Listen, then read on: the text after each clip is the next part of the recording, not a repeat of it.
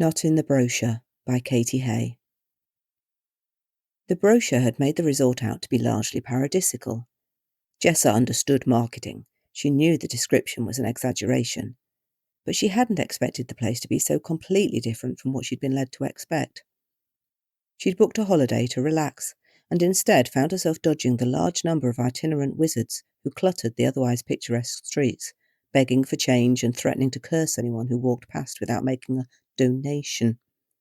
Mostly the wizards possessed too little magic to make good on their colourful threats, hence the begging. But every now and then one got some cash, used it to buy a portion of magic, and that was when the trouble really started. Jessa had been on the island a couple of days when it happened. She was heading for the beach to unwind, tan, and read a trashy novel. Despite the beggars, she was determined to make the best of things. There was a lot to make the best of, the sunshine and the white sand beach being the main things. The hotel pool was nice, but Jessa adored the sea, whether lying on the beach and listening to the waves, or splashing in the water. Unfortunately, reaching the beach required her to walk past several doorways, most of which held a beggar, grubby and demanding. It was day 3. Jessa had already become skilled at avoiding eye contact, increasing her speed and feigning deafness when anyone tried to snag her attention. She'd barely turned into Sea Lane when she realised there was some kind of altercation ahead. She didn't know if it was beggars, wizards, or tourists, and she didn't really want to know. She'd left trouble behind for a week. She just wanted to hit the beach and relax with a rom-com at the bottom of the bag swinging against her hip. "Spare some change." The voice was less begging and more demanding. Jessa moved out into the middle of the pedestrianised road to avoid the drama. A tourist family had been stopped in their tracks by a wizard, she realised, noticing details even while she tried not to. A small child wearing bright pink Crocs, a father in cargo shorts, his skin reddened by the sun, Mum laden with an inflatable, and beach chairs slipping off a shoulder. Dad said something disparaging. Jessa didn't hear exactly what. Black robes flapped in the wind as the wizard extended his arms. "Spare some change or I'll make you regret it." She was level with them now. Jessa fixed her eyes on the beach ahead as the father gave a rude reply he probably hadn't meant to utter with his little girl close enough to hear.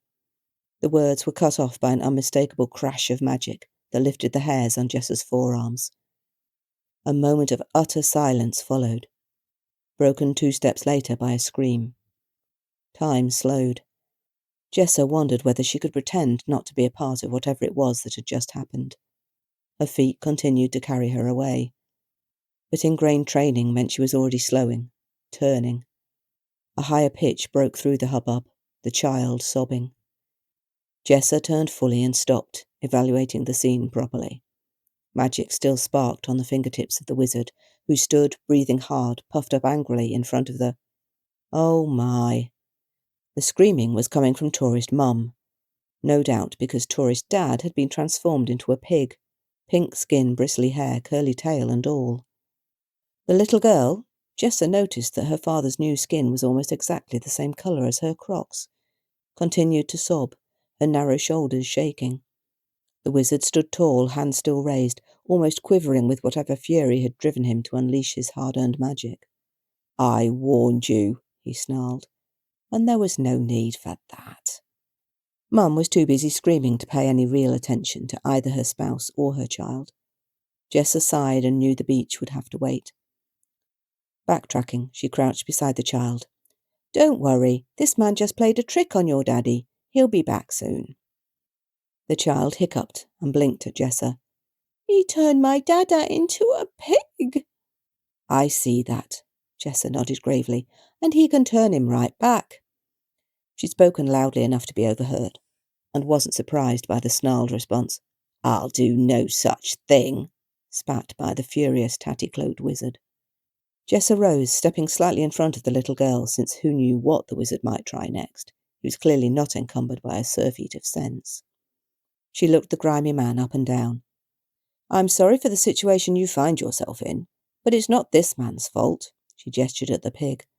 "And you know very well that begging is a minor infraction of the wizard's code, but using an enchantment with malicious intent is a far more serious matter." The wizard bristled. "I was defending myself. That's allowed under the code." Jessa brushed up a look from her life back home and held the wizard's gaze. Self-defence? Against a man armed with a bucket and spade? Try again. He sniffed. He flexed his fingers as though tempted to send more magic flying around. Jessa wasn't sure whether it was her presence, or the fact that a crowd was starting to gather, that held him back. He called me scum. Long training stopped Jessa from pointing out that it seemed like a reasonable description from where she was standing. That doesn't excuse what you've done, she said calmly. It should, the wizard spat. I've been left with nothing, not even my dignity. Now I'm supposed to accept abuse? You approached him? I was polite, to start with. And then you lashed out. Colour reddened the wizard's cheeks. He was abusive, he repeated stubbornly. Jessa sighed. Look, just make him right and we'll say no more, eh? Silence. You're upsetting the kid, pointed out. The wizard's fingers twitched. Or I can do it myself and alert the authorities. He looked up. Jessa held his gaze steadily. She meant what she said, and he needed to know it. You're a bully. Jessa simply waited. The wizard muttered to himself, then collected his remaining magic. Another flash and pop marked the tourist dad returning to his human, sunburned self. He stared down at himself, then puffed up in fury and stepped towards the wizard. Jessa held her ground between the two men. Take your family to the beach, she told the tourist, in a tone that was used to being obeyed. He glared at Jessa, then at the wizard. I should press charges, he said, wagging a finger. The wizard folded his arms, scowling. Jessa was glad he didn't react beyond that. Tourist dad scoffed and turned away, finally taking Jessa's advice. Jessa watched until the family reached the end of the lane, the crowd going with them. Then she hooked her bag over her shoulder and glanced back at the wizard. I came here to have a relaxing holiday. I don't want to see you again. Screw you! She froze, turning to face the wizard again. What did you just say? I said, screw you. You don't want to see me? You're here for a week. I live here, or I'm trying to. You've just stopped me getting enough money to eat today, and you think I'm supposed to be sorry your relaxing holiday got interrupted. Screw you. Jessa straightened, frowning. Maybe I should report you after all. That would fix your problem, but not any of mine, he snapped. Why should I care about your problems? Jessa scoffed. Yet you expect me to care about yours, he snarled, when as far as I can see you don't really have any problems. What restaurant to eat dinner at? How best to ignore the nasty beggars who make the place look untidy? Poor you. Jessa found her face heating and held her temper with an effort. It's not my fault you threw away the chances life gave you. Threw away? The wizard went red, then paled. He shook his head. You're a child. Get off to the beach with you. It's all you're fit for. Unease prickled across Jessa's shoulder. She hugged her bag closer, wishing she'd never got involved. I'm sorry you... He threw up a hand, startling her into silence. Save it. I don't need your pity. Jessa paused, wanting to say something, but not sure what. She didn't like feeling she'd handled the situation badly, but it was done now. With a final shrug, she turned away. The hairs on her arms lifted, but there wasn't enough time for her to act before the flash of magic overtook her. Wizard Tandando brushed the last of his magic off his fingers and crouched down, peering into the folds of the bag fallen to the ground to find his handiwork. The tiny, shrunken, bossy tourist waved her hands around, clearly furious. Her mouth worked 20 to the dozen, although the sound was so high-pitched it was just a squeak. Still got it in me, he muttered. He plucked the miniature figure out of the cloth before she could clamber away. Setting her in his palm, he lifted her until they could see eye to eye. He smiled grimly. How much do you think people will pay to look at a 2-inch-high woman, he mused.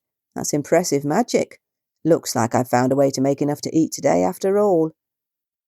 More hand-waving, and he suspected the yelling reached an even higher pitch, although he still couldn't make out a word. Smiling, he snagged the bag from the ground, tucked the tiny figure inside with her own book and beach towel, and set off to find an audience.